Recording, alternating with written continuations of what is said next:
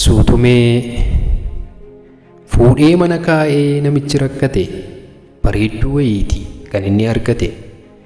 Maaliif haadha kooraa barbadaa kadhattee kanati ciree koo naallaanni hojjettee silaa ho'ifachaan qoosaa kee dhagaa afaan kee keewwadhee siinis afaan kaa ittiin jedhee ka'ee ofii qopheeffatee nyaatee manaa ba'uuf fuula naanneffate.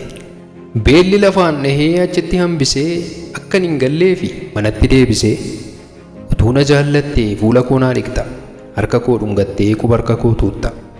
Harka kee dhiqattee cireen qopheesse liqimsuu kajeeltaa jechuudhaan odeesse.